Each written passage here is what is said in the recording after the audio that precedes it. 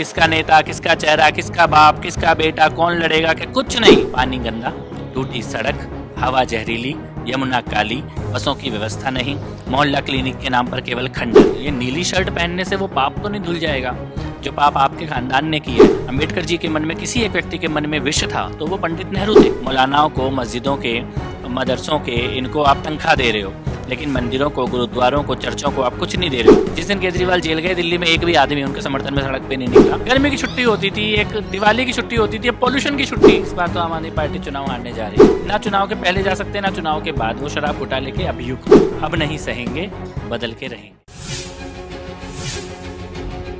देश की राजधानी दिल्ली में जल्द ही इलेक्शन है, वो होने वाले हैं। इलेक्शन को लेकर आखिर दिल्ली में बीजेपी की तैयारी किस तरीके से है और क्या रणनीति रहेगी, उसको लेकर के हम बात करेंगे। कपिल मिश्रा भाजपा के नेता हमारे साथ मौजूद हैं।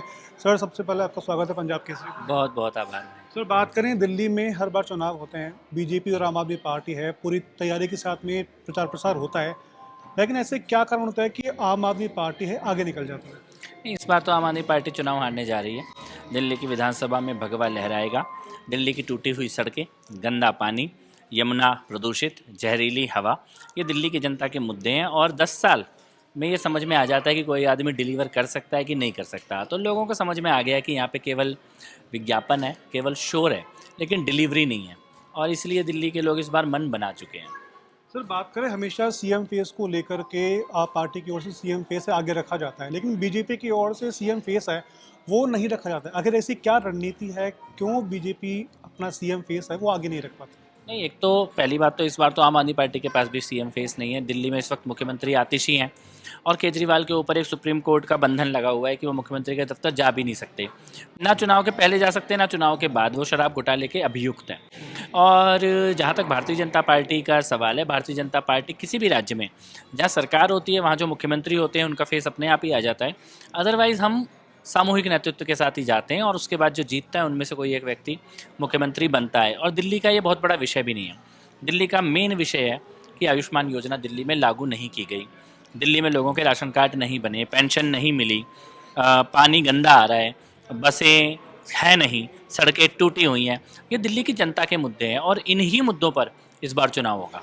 क्या आपको नहीं लगता है कि दिल्ली को, यानी कि बीजेपी को दिल्ली के अंदर आपका चेहरा सीएम के तौर पर रखना चाहिए? नहीं नहीं, बिल्कुल भी नहीं। इसका तो कहीं दूर दूर तक कोई आधार ही नहीं है। दिल्ली में बहुत अच्छे अच्छे हमारे पास नेतृत्व है और अनुभवी नेतृत्व है हमारे पास।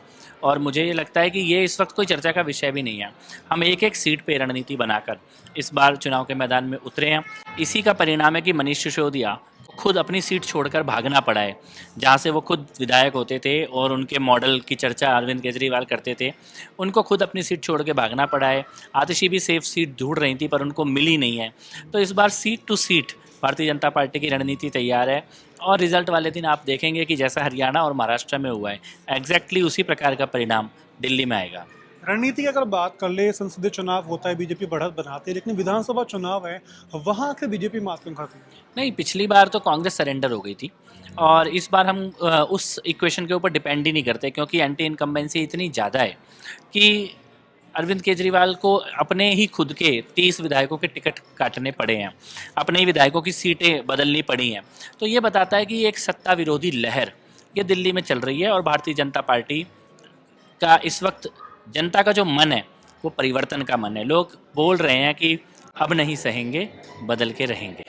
परिवर्तन की अगर बात कर लें, इस बार अरविंद केजरीवाल है, मुख्यमंत्री पद का चेहरा नहीं है, तो आपको क्या लगता है कि फिर भी उनका फैक्टर जो रहा है दिल्ली में, क्या वो काम करेगा? नहीं, देखिए, अरविंद केजरीवाल का फैक्टर अगर काम करता तो उनको पुराने कांग्रेसियों को चुनाव नहीं लड़वाना पड़ता। अरविंद केजरीवाल ये सोचते थे कि उनका फैक्टर है तो वो किसी को भी टिकट देंगे वो चुनाव जीतेगा, लेकिन आज उनको, जिनके खिलाफ वो खुद लड़े, सीमापुरी में वीर सिंह धिंगान, उनको टिकट देना पड़ रहा है, सुमेश शौकीन को टिकट देना पड़ रहा है। तो स्थिति ये है कि अरविंद केजरीवाल को ये तो पता लग गया है कि उनके नाम पर वोट नहीं मिल रहा। अब वो ये सोच रहे हैं कि भाजपा के या कांग्रेस के कोई नेता हों जो पहले चुनाव लड़े हों, जिनके पास कोई एक सपोर्ट बेस हो, उनको आम आदमी पार्टी से लड़ाया जाए। तो ये स्थिति भी उनकी बैकफायर करेगी। मैं आपको फिर से बताता हूँ, मुद्दा बड़ा क्लियर है। आप सड़क नहीं दे पाए, दिल राजधानी में सड़कें टूटी हुई हैं, नल खोलो तो पानी गंदा काला बदबूदार आ रहा है, खरीदना पड़ रहा है। झुग्गियों में गया हूँ मैं दिल्ली की, वहाँ पे लोगों को खरीद के पानी पीना पड़ रहा है।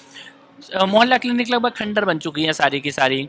सड़कें सारी टूटी हुई हैं, बसों की व्यवस्था नहीं है। हवा के पॉल्यूशन के बारे में तो आप ही रोज़ खबरें देखते ही होंगे, जयपुर के अंदर भी की स्थिति ये है कि स्कूल बंद हो जाते हैं। एक गर्मी की छुट्टी होती थी, एक दिवाली की छुट्टी होती थी, अब पॉल्यूशन की छुट्टी दिल्ली में होने लगी है। तो ये जेन्युइन मुद्दे हैं, इन्हीं मुद्दों पे हम चुनाव लड़ रहे हैं और केजरीवाल इनमें से किसी भी मुद्दे पर डिलीवर नहीं कर पाए हैं। सर बात करें कि आम आदमी पार्टी है पर आरोप आप लोग लगाते रहे हैं कि भाई सत्ता का दुरुपयोग हुआ है, शीश महल का जिक्र भी हुआ, लेकिन अगर एक्शन की बात करें वो एक्शन अभी तक नहीं हुआ, आखिर ऐसा क्यों? देखिए, एक्शन तो पूरा है। इस वक्त ये जमानत पर बाहर है। जमानत तो किसी का भी अधिकार है, लेकिन किसी भी मुद्दे पे ये आरोप मुक्त नहीं हुए हैं। इनके ऊपर केस चल रहा है। कल ही इनको शराब घोटाले में ईडी के द्वारा प्रोसिक्यूट करने का अप्रूवल मिला है। और शीश महल तो आंखों के सामने है ना, शीश महल कोई आरोप नहीं है। जो व्यक्ति कहता था कि मैं एक ही कमरे के घर में रहूंगा, उसका शीश महल पूरे देश ने देख लिया है। तो इसीलिए अरविंद केजरीवाल की कोई विश्वसनीयता नहीं बची है, उनके बात में कोई दम नहीं बचा है। और अब वो जो पुराने अपने घिसे हुए पिटे वादे दोबारा रिपीट करने की कोशिश कर रहे हैं, उससे जनता को समझ में आ गया है कि ये नौटंकी है। अब बात करें सर, मनीष सिसोदिया हैं, अरविंद केजरीवाल है, जेल भी गए हैं, क्या आपको लगता है इसका फर्क पड़ेगा? क्योंकि जिस तरह देखा जाए तो आम आदमी पार्टी है इस मुद्दे को सहानुभूति की तरफ लेके जाना चाहेगी। नहीं, मुद्दा तो वो बच रहे हैं इस मुद्दे से। उन्होंने लोकसभा का चुनाव इसी मुद्दे पर लड़ा था। अरविंद केजरीवाल खुद, उनकी पत्नी, उनके बच्चे और माता पिता सब सड़क पर उतरे थे और उन्होंने ये कहा था जेल के बदले वोट। ये लोकसभा का आम आदमी पार्टी का नारा था। परिणाम आपके सामने, सातों सीटें आम आदमी पार्टी कांग्रेस से गठबंधन करने के बाद भी दिल्ली में हार गई। तो सहानुभूति नहीं है। जिस दिन केजरीवाल जेल गए, दिल्ली में एक भी आदमी उनके समर्थन में सड़क पे नहीं निकला। जिस दिन वापस आए, उस दिन उनके समर्थन में कोई दिल्ली की जनता नहीं आई है। लोगों को अपने मुद्दे पे डिलीवरी चाहिए थी, डिलीवरी नहीं मिली है। लोग नाराज हैं, विधायकों से भी नाराज हैं, मंत्री और मुख्यमंत्री से भी नाराज हैं। और इसीलिए अगर सहानुभूति होती तो कि मनीष सिसोदिया को पटपड़गंज की सीट छोड़नी नहीं पड़ती। मनीष सिसोदिया अपनी जिस सीट से हमेशा लड़ते थे, उस सीट से नहीं लड़के ऐसी सीट पे गए हैं जहां मुसलमानों के वोट ज़्यादा हैं।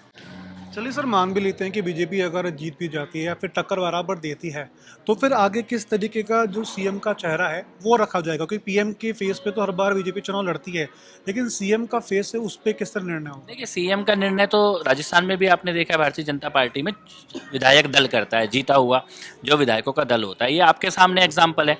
बिना सीएम फेस के ही हम राजस्थान में चुनाव लड़े थे और प्रचंड जीत भारतीय जनता पार्टी की हुई है। और मुद्दा ये है कि जीतने के बाद भाजपा करेगी क्या, चाहे वो पानी का मुद्दा हो, चाहे वो बिजली का मुद्दा हो, चाहे वो डीटीसी बस का फ्री का मुद्दा हो। ये सारी योजनाएं कंटिन्यू होंगी और पहले से बेहतर होंगी। एक तो मैं आपको ये क्लैरिफाई कर देना चाहता हूँ, क्योंकि कई बार लोगों को ये लगता है कि इन मुद्दे पे क्या होगा।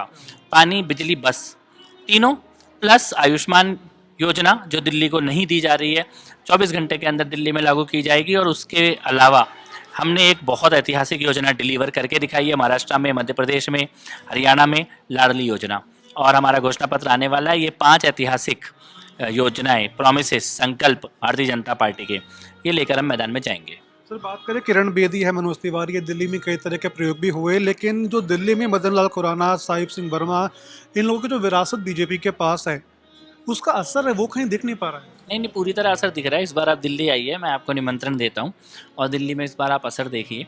फिर से मैं आपको दोहराता हूँ अपनी बात को। दिल्ली का मुद्दा बड़ा क्लियर है।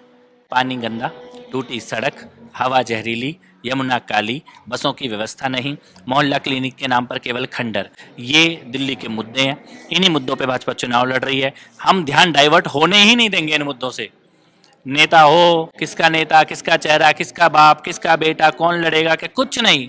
आपने बस नहीं दी, आपने सड़क नहीं दी, आपने पानी नहीं दिया, आप हवा नहीं दे पाए, आप नदी साफ नहीं कर पाए, किसी भी एक फील्ड पे आपकी डिलीवरी नहीं है। जनता परिवर्तन चाहती है। अगर बात कर ले, हिंदू मुस्लिम राजनीति है वो हमेशा चरम पर रहती है, आम आदमी पार्टी आरोप लगाती है, ऐसे में दिल्ली में सांप्रदायिक मुद्दे हैं, उसको आप किस रूप में देखते हैं? देखिए, आम आदमी पार्टी ने तुष्टिकरण किया, हम लोगों ने देखा है। खुलेआम मनीष सिसोदिया ने बोला वो शाहीन बाग के साथ खड़े हैं। अमानतुल्लाह खान के वीडियो हैं जिसमें वो कह रहे हैं कि मैं रोहिंग्याओं को 10-10 हज़ार रुपये बांटूंगा, उनका जो शिविर है वो लगाऊंगा। जब उनकी बस्ती को हटाने के लिए बुलडोजर गया तो अमानतुल्लाह खान ने बुलडोजर को रोका, बाद में गिरफ्तार भी हुए। तो अरविंद केजरीवाल, ताहिर हुसैन का जो पूरा मामला है वो सारी दिल्ली के सामने है। तो मुझे लगता है कि एक बड़ा मुद्दा तो ये डेफिनेटली है कि आपने हिंदुओं की बस्ती का पानी काटा और रोहिंग्याओं की बस्ती में पानी भेजा। बिजली आपने वहाँ पर फ्री दी और यहाँ पे आपके बिजली के बिल आए हिंदुओं के बड़े बड़े। मौलानाओं को, मस्जिदों के, मदरसों के, इनको आप तनख्वाह दे रहे हो, लेकिन मंदिरों को, गुरुद्वारों को, चर्चों को आप कुछ नहीं दे रहे हो। ये दिल्ली का मुद्दा है, लोगों के मन में है ये मुद्दा। और 10 साल बहुत होते हैं, समझने के लिए कि आप कहाँ खड़े हो। अगर आप लाइन के उस पार खड़े हो तो इस बार आपको उस पार ही रखा जाएगा। सर अगर बात कर ले, आपने भी देखा होगा कि अवध ऊजा को भी आम आदमी पार्टी में ज्वाइन करवाया गया है, तो क्या बीजेपी के अंदर भी ऐसे कोई बड़े चेहरे हैं जो आगामी समय में ज्वाइन करेंगे? नहीं, देखिए, अवध ओझा जी कोई दिल्ली की राजनीति का बड़ा चेहरा तो है नहीं। अवध ओझा जी राजनीति में आए, उनका स्वागत है। उन्होंने गलत गाड़ी पकड़ी है, चुनाव से पहले ही या तो उस गाड़ी से उतर जाएंगे या चुनाव के बाद उतर जाएंगे। बात करें सर, लास्ट मेरा क्वेश्चन है, दिल्ली में जिस तरह से आपने देखा संसद भवन के वहाँ पर कांग्रेस की ओर से विरोध किया गया था, राहुल गांधी पर आरोप लगे हैं, राहुल गांधी ये कह रहे हैं कि मुझे अंदर जाने नहीं दिया गया। देखिए, मैं एक बात पूछता हूँ, जब अंबेडकर जी थे उस वक्त कौन लोग थे राजनीति में? नेहरू थे राजनीति में, पटेल जी थे राजनीति में। अंबेडकर जी को चुनाव हराने के लिए कौन गया था? नेहरू ने खुद कैंपेन किया। इसका एविडेंस है नेहरू जी का खुद का लिखा हुआ लेटर, 2 लेटर हैं, एक लेडी माउंटबेटन को लिखा, एक अमृत कौर को लिखा। दोनों में ये लिख रहे हैं कि मैंने अंबेडकर को हरा दिया। ये नेहरू की राइटिंग है। तो अगर अंबेडकर जी के सम्मान की बात होती है तो सबसे पहला अपमान अगर किसी व्यक्ति ने किया, अंबेडकर जी के मन में किसी एक व्यक्ति के मन में विष था, तो वो पंडित नेहरू थे, जिन्होंने न केवल चुनाव हरवाने के लिए खुद कैंपेन किया बल्कि उनके हारने के बाद लेटर लिखा और उसमें अपनी खुशी जाहिर की, और उसमें उन्होंने बहुत ही भद्दा शब्द यूज़ किया अंबेडकर जी के लिए, ट्रेटर। ये तो ऑन रिकॉर्ड है। इसके बाद अगर आप देखें तो भारत रत्न अंबेडकर जी को तब मिला जब कांग्रेस सत्ता से चली गई। जब अंबेडकर जी की मृत्यु हुई तो दिल्ली में आपने गांधी जी की समाधि बनाई है, राजीव गांधी की बनी, इंदिरा गांधी की बनी, नेहरू की बनी, संजय गांधी की बनी, तो अंबेडकर जी की समाधि क्यों नहीं बनी दिल्ली के अंदर? ये अपमान किसने किया?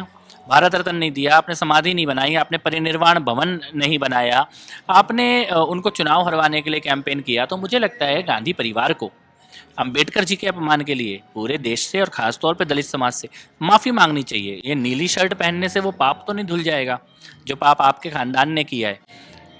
अंबेडकर जी के आज जो पंच तीर्थ बने हैं या उनका परिनिर्वाण भवन बना है, ये सब किसने बनाया? किसकी सरकार आने पर बना? ये देश के दलित समाज भी देख रहा है, संविधान की या सम्मान करने वाले लोग भी देख रहे हैं, और कांग्रेस की, गांधी परिवार की जो नौटंकी है, जिन्होंने कभी अंबेडकर के खिलाफ कार्टून तक छपवाए, वो नौटंकी जो है वो देश को अच्छी तरह पता है। आपके खानदान के बच्चे पैदा होते ही भारत रत्न ले रहे हैं और अंबेडकर जी को आपके जाने तक का वेट करना पड़ा केवल भारत रत्न के लिए। ये क्या देश का दलित समाज देख नहीं रहा? चलिए सर, बहुत बहुत शुक्रिया आपका, आपने अपना कीमती समय है वो दिया है। फिलहाल ये थे कपिल मिश्रा जिनसे हमने बात की दिल्ली की राजनीति को लेकर के कि आखिर दिल्ली में क्या चल रहा है। इन्होंने पॉइंट टू पॉइंट वो बात है बताइए कि आखिर दिल्ली में बीजेपी है किस तरीके से काम कर रही है। आपको क्या लगता है कि दिल्ली में क्या सत्ता का परिवर्तन होगा या फिर आम आदमी पार्टी जीत दर्ज करेगी? कमेंट सेक्शन में कमेंट करके हमें जरूर बताएं। वीडियो जर्नलिस्ट सोनू शर्मा के साथ रौनक पारेख, पंजाब केसरी टीवी, जयपुर।